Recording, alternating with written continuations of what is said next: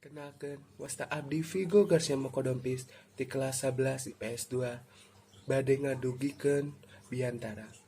Sampurasun, puji sareng syukur mangga urang sanggakeun kehadirat Gusti anu Maha Suci nu parantos maparing kasehatan ka urang sadaya. Hadirin anu dipika hormat, sateu acan kuring neuraskeun sasanggem langkung tipayun ngahaturkan nuhun ka Bu Firda salaku guru basa Sunda nu parantos maparing waktos kasim kuring nyanggem dina ieu video.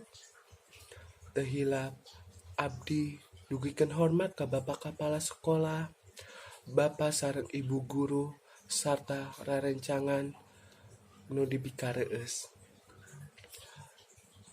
Hadirin anu dipika hormat, abdi di dieu bade dugikeun tema nu judulna Hikmah di balik pandemi corona.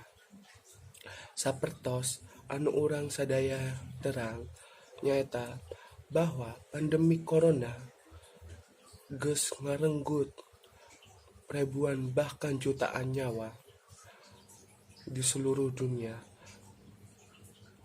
jeung ngabuat seluruh dunia cemas jeung katakutan. Tapi arurang ambil hikmahna di balik semuanya eta. Hikmah di balik corona, urang sadaya tiasa kempel bareng keluarga di imah.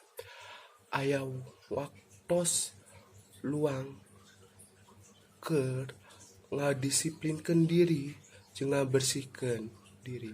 Nu tarakhir, pandemi corona ieu ngingetkeun bahwa urang sadaya teh manusia leutik nu teu aya nanaonna.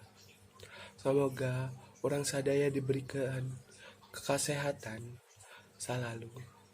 Ingat, corona teu ngalangkeun impian di masa depan.